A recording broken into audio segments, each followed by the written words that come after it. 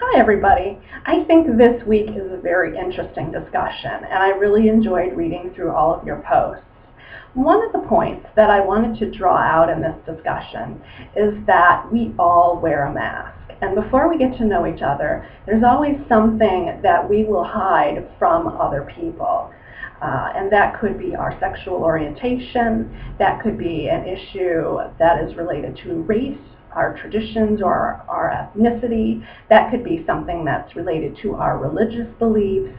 Anything that we think is not going to be accepted socially by other people, we will hide from others until we find out a little bit more about them. And we tend to become friends with other people that we have things in common with.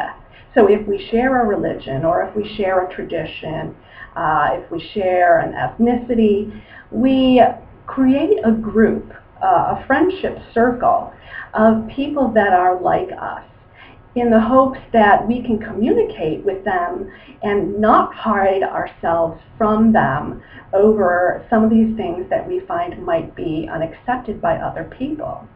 So this really goes outside of the LGBTQ issues that we're talking about this week and makes a larger statement about the way we tend to group our friends and become friends.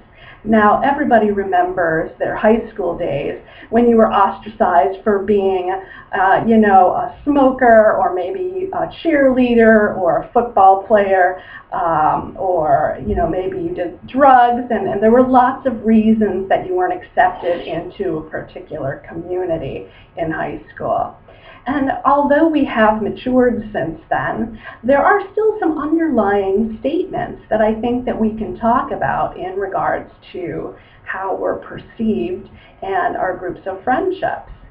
In other words, what I'm trying to say here is that we tend to look on outsiders, or those who would wish to join our group, and look at maybe some of their backgrounds and beliefs, and maybe we don't accept them. And so we all sort of come at friendship in this way, and it can be hard to be accepted into a new group. Maybe you change stations in the military, and there's a group of people you'd like to get to know, but you're not sure whether or not they're going to accept you for who you are, and so you hesitate to reach out to them. People can be very cliquish, and certain things are not accepted by some groups, and so you may just pass them over.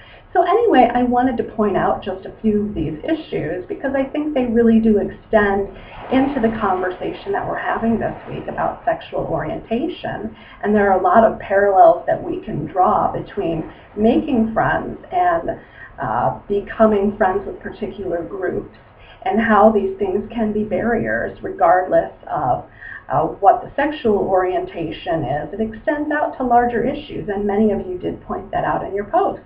All right, feel free to comment, and I hope you enjoyed my video.